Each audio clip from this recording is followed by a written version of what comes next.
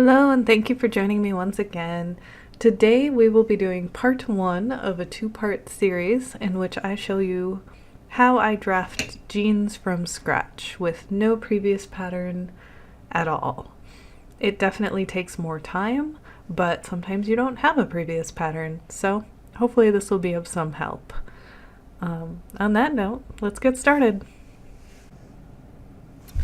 So here's Minji, and this is my sad attempt to find a previous MSD sized pants pattern because I was sure I had one. I've made pants for this size of doll before, and apparently I made no record of it. Sometimes that happens. So we grab our trusty tape measure and our model, and we get started. First, I take all of the pertinent measurements that I think I'm going to need. So waist measurement, hips, and then we do the thighs.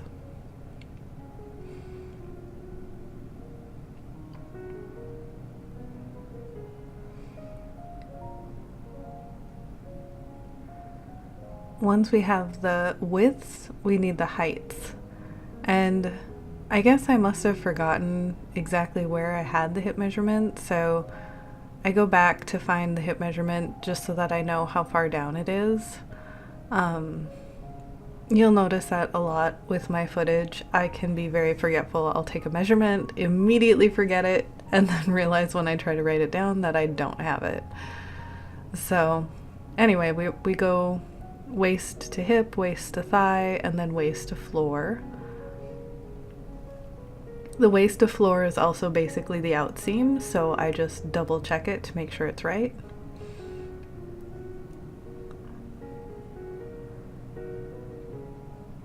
And then the crotch seam. And the crotch seam is basically from the waist in front, between the legs, to the waist in back. This measurement, usually the front crotch seam is going to be shorter than the back crotch seam. That's not always the case. As I found out with this particular doll, the measurements were actually about equal, which meant she's just a little bit more symmetrical than I expected. That's not a big deal. Usually the bigger back crotch seam is to make room for extra booty. So I just was confused with this particular doll because she's got plenty of booty going on. It's just symmetrical booty. I didn't know that could be a thing, so we all learned something with this project. I am off camera right now, figuring that out. I had to take the little panties off, so I did not record that part. But once we got it figured out, we move on. I tend to draw a disproportionate little picture of what I know the pants looks like. And then for some reason I decided it was too big and made it smaller. I don't know why. But I also snuck in a foot measurement there. The foot measurement is the widest part of the foot. It's more important for dolls than for people because, well, dolls are not quite as bendy as people, so you gotta make sure you can get over that heel. But now I write down where all of the measurements go, and this process just kind of helps remind me of exactly what the measurements are, what I need. See, I forgot the inseam, so we get the inseam in there.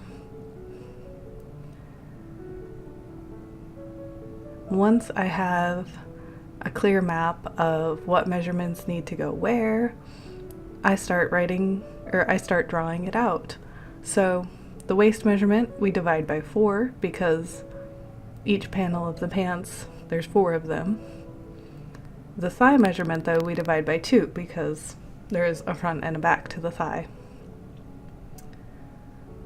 I was moderately confused because my hip measurement was coming out smaller than my thigh measurement.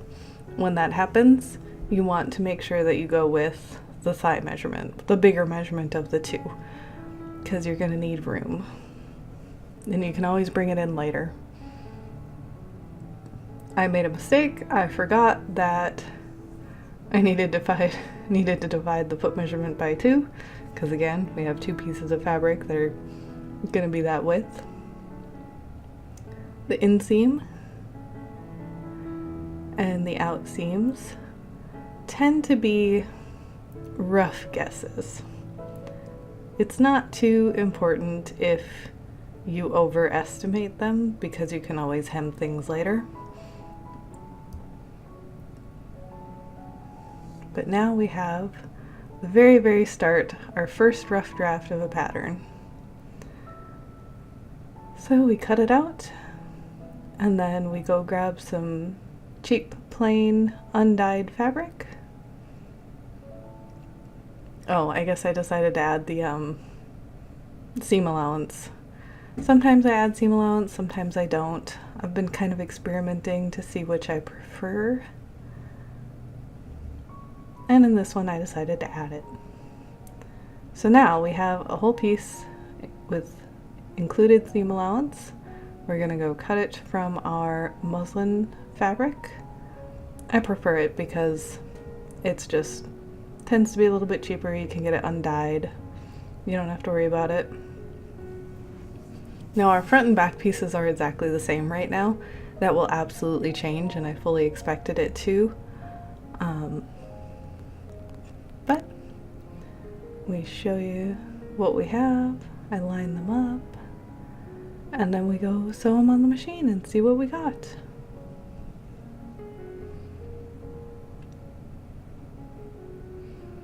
I like to use contrasting thread when I'm doing a rough draft like this, just because if I need to pick it out later, it's so much easier. I did both of the pants legs, which turned out to be a little redundant because this first rough draft you'll find is not nearly as close as I had hoped it would be.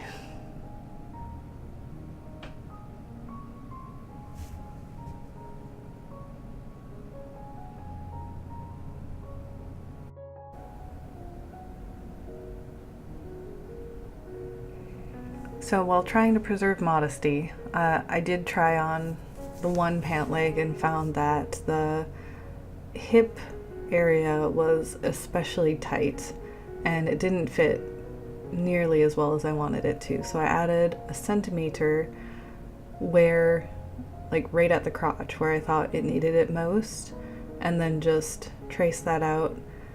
And the dart is a maybe. So I just kind of put a question mark in it as a note to myself. I also noticed that they did end up a lot longer than they needed to be, so the extra panel I added was unnecessary, so I left it off this time. Oh, wait, flip over quick. I must have forgotten to record sewing this part, but trying that on, you could see at the sides, it was definitely too much fabric.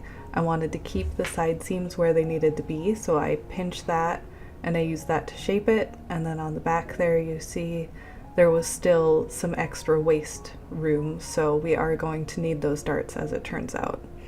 So you can see I'm pinching them out and trying to make them as even as possible on while they're on, and it's looking good in the hip and the waist area, but the thighs are just much too large, so I pinned those with my handy dandy little clamps.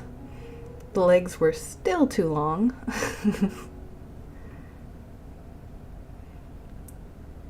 And I'm just trying to shape them a little bit nicer while keeping all of my seams where I want them to be. So you take a little bit out of each.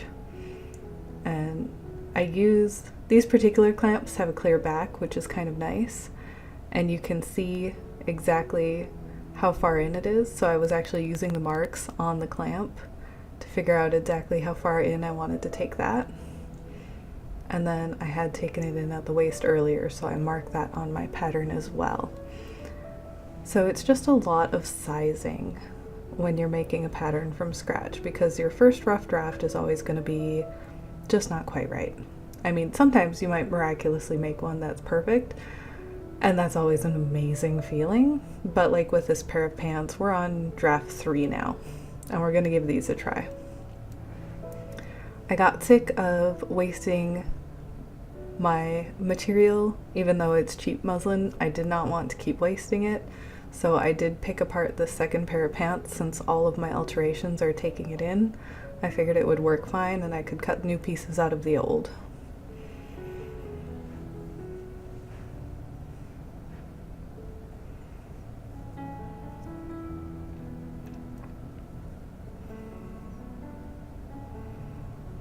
You'll probably notice I use a tiny pair of sharp scissors. I do not know why that's my preference, but I almost never use actual seam rippers. But if you do the scissors route, they have to be very sharp. They have to have a very pointy tip, otherwise this doesn't work at all because you just can't get it under the stitches.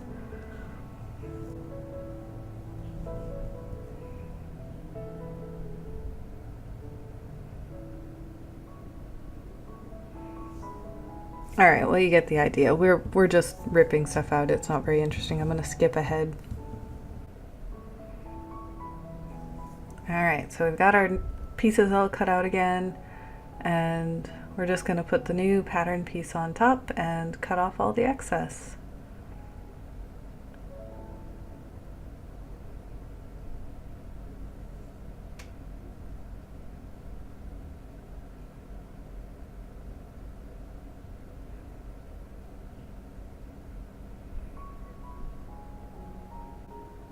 And back to the sewing machine.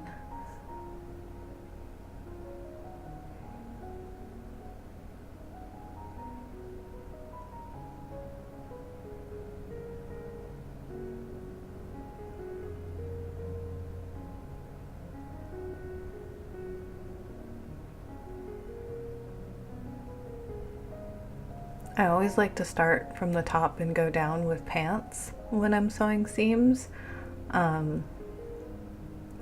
It's just a nice habit. If you do end up with something not quite even on the bottom, it's a lot easier to fix on the bottom than it is near the waist. And the crotch is always the complicated part. So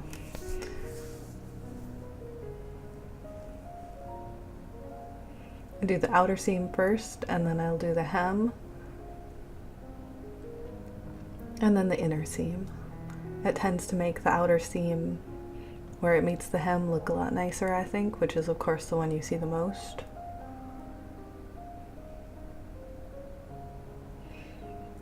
And then we turn the one right side out and stuffed it inside the one that's still wrong side out. Then we immediately take it out again and sew our darts that we apparently forgot about. Darts only go in the back for this style of pants. You can do front darts, they are a very different style, not what we're going for today, and tend to not be necessary as much on dolls as on real human bodies. Now we're back to our crotch seam. We sew it all the way up the back and a little way up for the front so that we have some room to put it on.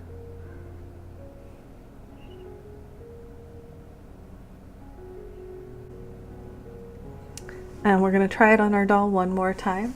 I do not have glamour shots of the rough draft. I didn't even think to take them, unfortunately, but you'll get to see the final fit here in just a sec. The last thing we want to do is mark where we want to be able to sew our line, our front crotch seam up to, while still being able to open the pants and take them off the doll. So we mark where we think it looks good, try taking it off the doll.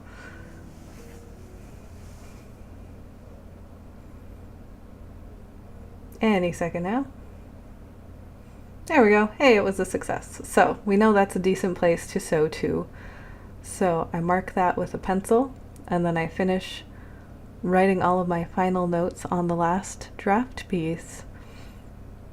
I just wanted to say thank you so much for joining in. Definitely join in next week. I will show you the process of sewing this new pattern that we have created in denim, and you'll get to see the final product. I hope you have a great one. Bye!